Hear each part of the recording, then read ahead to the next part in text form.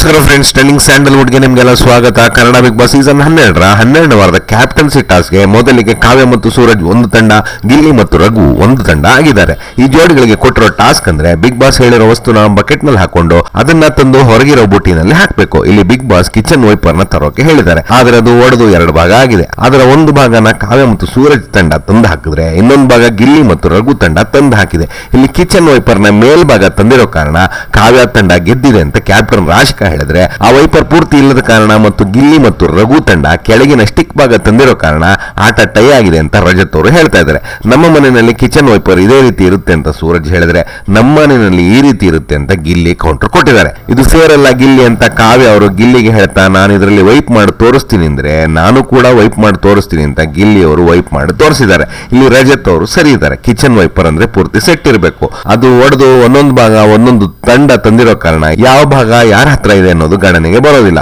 ಒರೆಸೋ ಭಾಗ ತಂಬಳಿ ಇದೆ ಅಂತ ಕಾವ್ಯ ಅವರು ಹೇಳ್ತಾ ಇರೋದು, ಅದಕ್ಕೆ ಕ್ಯಾಪ್ಟನ್ ರಾಶಿಕಾ ಕೂಡ ತಲೆ ಆಡಿಸ್ತಾ ಇರೋದು ತೀರಾ ಬಾಲಿಶವಾಗಿದೆ.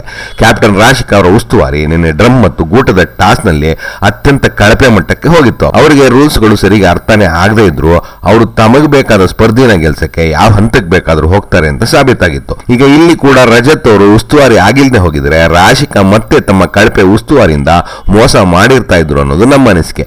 ರಾಶಿಕಾ, ಕಾವ್ಯ ಮತ್ತು ಸೂರಜ್ ಅವರ ವಾದ ಹೇಗಿದೆ ಅಂತಂದ್ರೆ, ಕ್ರಿಕೆಟ್ ಬ್ಯಾಟ್ ನ ಹ್ಯಾಂಡಲ್ ಮುರಿದು ಹ್ಯಾಂಡಲ್ ಒಬ್ರು ಮತ್ತು ಹ್ಯಾಂಡಲ್ ಇಲ್ಲದ ಬ್ಯಾಟ್ ನ ಒಬ್ರು ತಂದ್ರೆ ಹ್ಯಾಂಡಲ್ ಇಲ್ಲದ ಬ್ಯಾಟ್ ತಂದ ತಂಡ ಗೆದ್ದ ಹಾಗೆ. ಯಾಕೆಂತಂದ್ರೆ ಅದರಲ್ಲಿ ಬಾಲ್ ನ ಹೊಡಿಬಹುದು ಅನ್ನೋ ವಾದದ ತರ ಇದೆ. ಹ್ಯಾಂಡಲ್ ಇಲ್ಲದ ಮೇಲೆ ಬ್ಯಾಟ್ ನ ಬ್ಯಾಟ್ ಅಂತ ಕರೆಯೋದಕ್ಕೆ ಆಗೋದಿಲ್ಲ. ಹಾಗಾಗಿ ಇಲ್ಲಿ ರಜತ್ ಮತ್ತು ಗಿಲ್ಲಿ ಅವರ ವಾದ ಸರಿ ಇದೆ. ಇಲ್ಲಿ ಯಾವ ತಂಡ ಕ್ಯಾಪ್ಟನ್ಸಿ ಟಾಸ್ಕ್ ಗೆದ್ದಿದೆ ಅನ್ನೋ ಕುತೂಹಲ ಹೆಚ್ಚಾಗಿದ್ದು, ಇದನ್ನ ತಿಳ್ಕೋಬೇಕಾದಲ್ಲಿ ಇವತ್ತಿನ ಎಪಿಸೋಡ್ ನ ನಾವು ನೋಡ್ಲೇಬೇಕು. ಜೊತೆಗೆ ಇವತ್ತು ಬಿಗ್ ಬಾಸ್ ಮನೆಗೆ ಕ್ರೇಜಿ ಸ್ಟಾರ್ ರವಿಚಂದ್ರನ್ ಅವರ ಆಗಮನ ಆಗಿದ್ದು, ಇವತ್ತಿನ ಎಪಿಸೋಡ್ ಪೂರ್ತಿ ಪ್ರೇಮಮಯ ಆಗಿರುತ್ತೆ ಅನ್ನೋದರಲ್ಲಿ ಯಾವ ಸಂಶಯನೂ ಇಲ್ಲ. ಮುಂದಿನ ವಿಡಿಯೋದಲ್ಲಿ ಸಿಗೋವರೆಗೂ ಬಾಯ್ ಫ್ರೆಂಡ್ಸ್.